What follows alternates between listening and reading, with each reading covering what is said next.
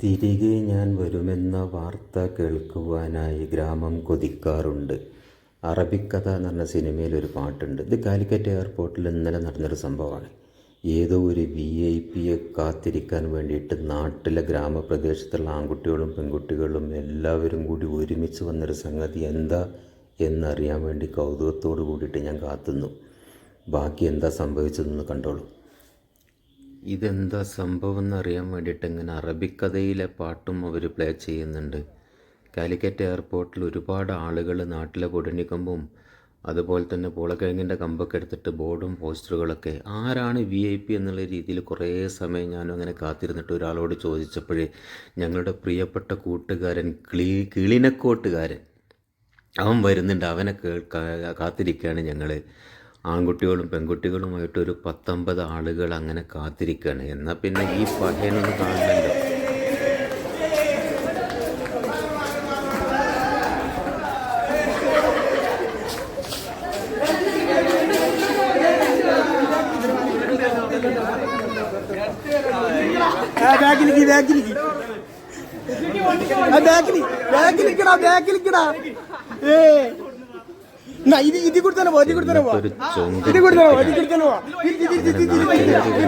മനോഹരമായിട്ട് അവൻ്റെ നാട്ടിലേക്ക് കളിക്കാൻ നിൽക്കലിട്ട് അവർ നാട്ടുകാർ മൊത്തത്തിൽ ഇറങ്ങി പണിയെടുക്കും. ആ ജാതി ഒരുമയാണ് അവർക്ക്, വല്ലാത്തൊരു ഐക്യമാണ് അവർക്ക്. അങ്ങനെ അവനെ കൊണ്ടുപോവുകയാണ്. ആ കൊണ്ടുപോകുന്ന സീന് ഇനി ഇവനെ എങ്ങനെ കൊണ്ടുപോവുക, ഏത് വണ്ടിയിലായിരിക്കും കൊണ്ടുപോവുക എന്നുള്ള രീതിയിൽ ആകാംക്ഷയോട് കൂടിയിട്ട് ഞാൻ അവരുടെ കൂട്ടത്തിൽ പോയി.